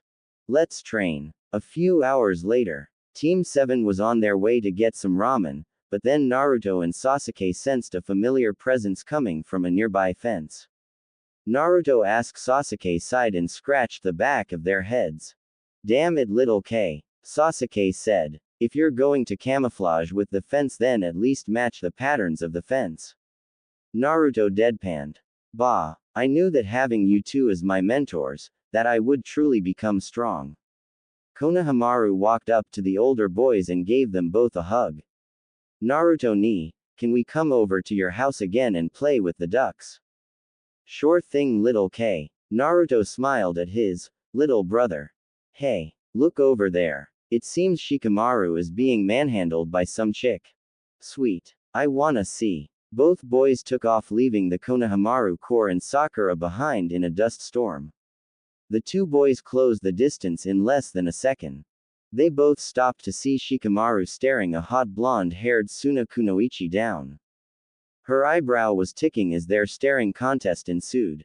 Next to her, Ino had an annoyed look on her face as she too glared Shikamaru down. Behind them next to a tree was a Suna shinobi in a black full-body cat suit reading an Ika Ika book with Choji. Naruto and Sasuke put 2 and 2 together and laid their eyes on a green book. The title read Ika Ika Paradise. The Jungle Edition. Hana takes a swing for Ryu's tree. Naruto and Sasuke's eyes were wide when they read the title. Must be from his father's secret stash. Naruto and Sasuke both concluded at the same time. What was that, Naruto-kun? Kushina asked with a menacing tone. Her hair was floating around, signifying her red-hot-blooded habanero state. In nothing, Ka-chan. Oh, Kushi-chan. Calm down. It's not that bad. Kura came to defend Naruto. Back in the real world, Naruto was approached by another sand shinobi. This kid had a large sand gourd on his back and seemed to have eye bags underneath his eyes. The kid looked to Naruto and started chattering like a tanuki. Naruto's eyes widened immediately and started growling like a fox. The conversation brought attention from the pervert on death row, and Hana and Riku giving full body massages to Ryu. What number? Gaara chattered. 9. You. Naruto growled. 1. Pleasure to see you again, Kurane. Gaara added. Oh, it's nice to see you being respectful for once. Naruto growled with a little chuckle. I like how your vessel looks. Is it possible to have it done with mine? Gaara chattered back. Of course. Just force out your sand and I'll use my tails to shield off the area so it'll be contained. Naruto replied. Suddenly, the cork popped off of Gaara's gourd and poured out to form half of a circle around the two Jinchuriki, and Naruto's tails shot out to form the second half. A powerful and bright white light glowed form within the ball. From within, Gaara's appearance started changing. After a few minutes of iridescent blinding light, the tails and sand retracted to reveal Gaara with a sandy tanuki tail. Gaara's eyes seemed relaxed and he as a whole seemed less tensed. I feel powerful. Naruto finished. Don't let it get to your head though. Naruto smiled. You three must the children of the Cage, right? Yes they are. A gruff and authoritative voice reverberated behind them. All 12 heads turned to see a man just slightly taller than Temari wearing robes that some semblance to the robes worn by the Hokage. The only difference was the fact that instead of the kanji for fire on his hat, it had the kanji for wind. The man removed his mask to look at Naruto and his youngest son. Two Jinchuriki stood in front of him, both of which had done something strange. Kage-sama. The Konoha shinobi bowed deeply. We didn't mean any disrespect for not noticing you. None taken, Uzumaki Namikaze-san. The Kage smiled and removed his mask to reveal a man that seemed to be only in his mid-40s. He nodded at his three children. I look forward to seeing you and Uchiha-san in the finals. I'm pretty sure that it'll be one hell of a match, especially since you two are the highest-ranking genin in the bingo books continent-wide. Really? Naruto and Sasuke looked at each other and looked back to the Cage. What rank? Double S ranked. The Cage tossed them an updated bingo book. It is the first time in history that genin were ever double S ranked, let alone in a bingo book. Dude, this is so awesome. Naruto smiled brightly. Thank you Kage-sama. 2 weeks later, the Konoha 11 made their way to the academy together. They were silent and surprisingly nervous. All around them at the entrance to the academy were teenagers and genin from Sand or from smaller shinobi villages that came from the smaller nations that bordered the elemental nations. The three teams went into the academy and quickly saw through the genjutsu and headed up to the actual room. Upon entering they came upon a sight that they didn't think they would ever see. I thought Kiri had a civil war. Sakura said, remembering back to what Haku had told her the week before they left Wave. I hope Haku and Zabuza made it out alive. I thought Iwa and Kuma hated us. Ino added. And I thought Odo isolated itself from the mainland elemental nations, Shikamaru piped. Naruto closed his eyes but widened them upon sensing the three masses of malicious chakra. Naruto looked to Gaara, who seemed to have sensed it too. Naruto flashed the signs for 2, 3 and 4, signifying which Biju he sensed. The only problem was that he couldn't tell if the Jinchuriki were allies or not. Hey, I think you rookies might want some help with these exams. A random genin from Konoha said. In his arms was a massive stack of cards. These here are ninja info cards.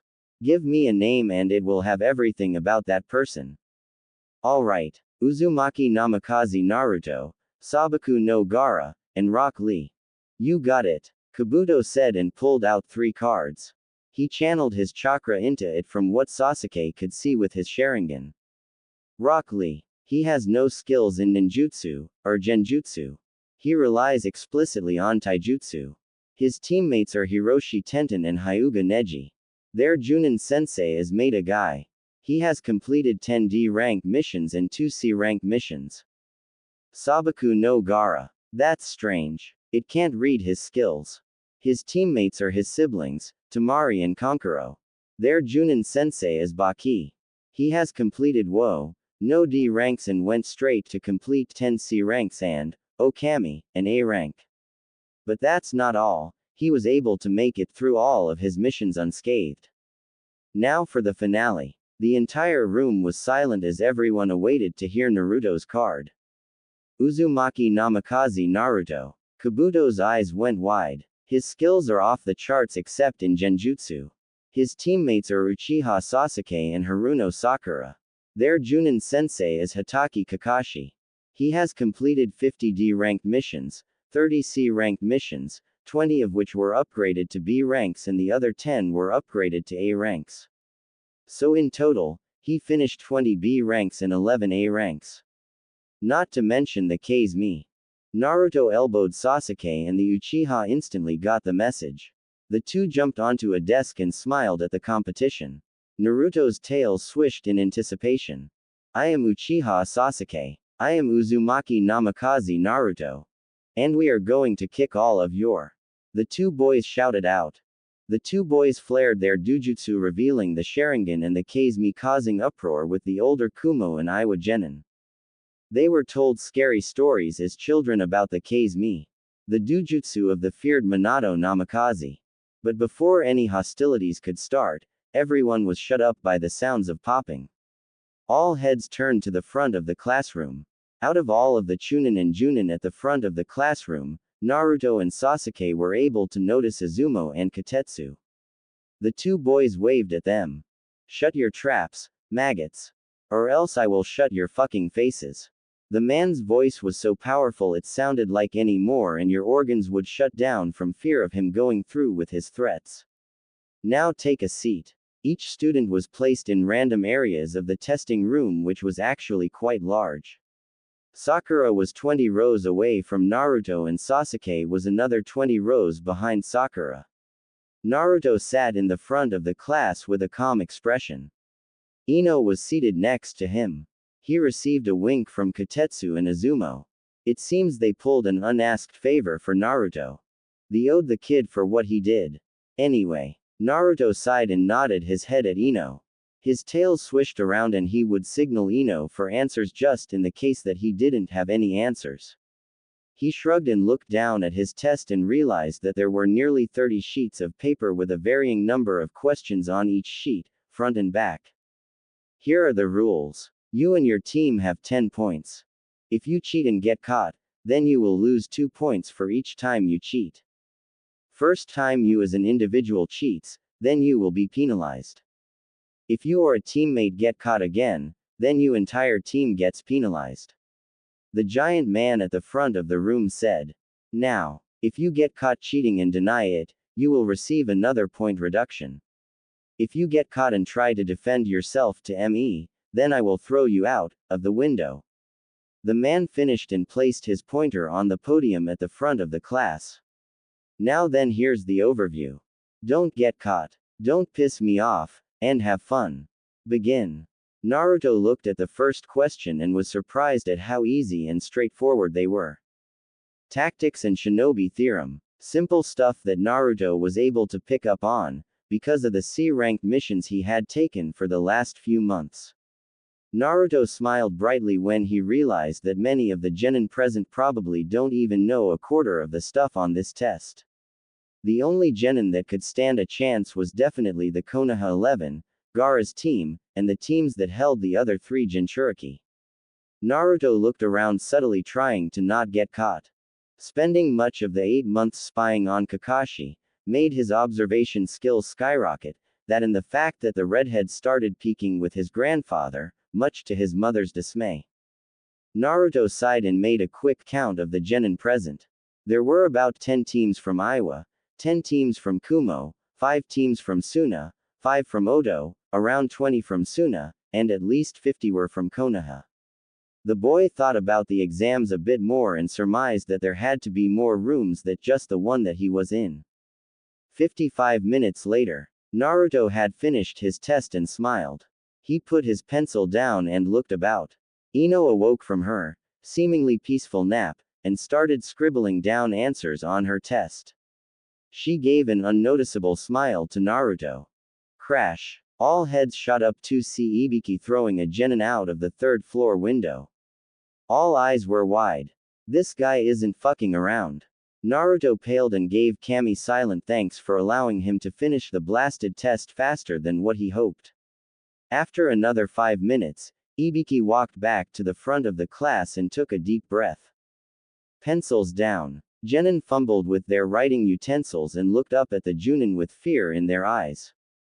Time for the final question. What? Some Konoha Genin shouted. You didn't say anything about a final question. An Iowa Genin shouted instead. Come on. Silence. Ibiki's deadly voice shut off all forms of protest. This is my test, so I make the rules. If anyone has a fucking problem with it, then they could leave and fail this goddamn test. Ibiki pointed to the door and waited for another half-assed remark. Good. So this last question is optional. If you choose not to take it, then you and your team may be able to take the test again later this year. But if you choose to take the test and get it wrong, then you and your team will never be able to become Chunin. What? Some Genin shouted. Fuck this. Let's go. Soon enough, half of the teams that were in the room got up and left. When some of the teams saw their friends leave, they too left, feeling the pressure of the question. But Naruto saw through the act. Team 7 encountered a missing ninja that acted the exact same way. Naruto raised his hand. Soon enough, a few more teams left when they saw the Uzumaki Namikaze giving up. But after the numbers had been thinned out, Naruto slammed his hand down on the desk. Fuck that. Naruto had a cocky smile spread across his face. I don't give a damn if I get the question wrong. I have to become Hokage one day, and I can't do that if I'm too afraid to answer a simple question. Soon enough, the remaining teams had their confidence restored. They looked up at the fiery redhead with big smiles and cocky smirks. Naruto's tails were swishing about with excitement. All right then, you pass. Ibiki had a large smile on his face. Naruto's face faltered and collapsed on his seat. The genin present let the breath that they didn't know they held go. Some of the genin started chuckling to themselves before looking up to Ibiki for an explanation. I already asked the final question. It was whether or not you want to answer the question. Ibiki took off his hitai to reveal a mass of deep scars and flailed skin. In our line of crash, shattered glass flew everywhere, forcing everyone to cover their eyes. In the front of the classroom, wearing a light brown trench coat and skimpy clothing underneath, was the rumored love interest of one Hatake Kakashi. Behind her was a large banner that said Mitarashi Anko, Konoha's sexy beast. The banner was held up by kunai embedded into the walls. The lady had an Ika book instead of the normal stick of dango. Crash. Soon enough, the pretty boy, Hatake Kakashi, came crashing through another window with an enraged look on his face. He ran up to Anko and started fighting over the precious book in her hands, while she tried to reach for the box of dango hidden behind his back. Ibiki sighed and rolled his eyes. Not only was the exuberant purple-haired snake mistress early, but she and Kakashi were shamelessly flirting in front of everyone. Team 7 face planted with their desks when they saw how Kakashi was acting. A few minutes later. So the rumors have been confirmed. Kakashi and Anko shrugged. The snake lady then turned to the class to see all of them beat red from the little show of PDA between two Junin in their mid-20s. Oh okay. So I'm Mitarashi Anko. Meet me at the Forest of Death, I mean Training Ground 44. The lady gave a maniacal laugh before the two Junin shunshined away in a swirl of leaves. The surviving genin got up and started filing out of the classroom and headed out of the academy. Sakura was in Sasuke's arms and Ino was in Naruto's. Now some shinobi owe the genin of Team 7 some money. Naruto, Sasuke and Sakura said quite loudly. Suddenly a little over 40 Junin and nearly 60 Chunin surrounded the three genin with their wallets out. The amount of money that each of them received ranged from 200 ryo to nearly 2,000. The amount they received ranged from person to person. I like the fact that my own students are using my love life as a way to make money. Kakashi deadpanned from behind with Anko enwrapped in his right arm. The sensei had a blank expression on his face, but then he leaned in on his three students. If you each buy me something Ika related, then I think we can forget that this all happened. Kakashi had a perverted smile on his face. Think of it as compensation for having to put up you three brats for a little over a year. I know what he wants. Naruto and Sasuke cheered and ran off, leaving their girls behind. They do know that we need to head off to the forest of death, right? Ino deadpanned. I don't even know. Sakura facepalmed before taking off,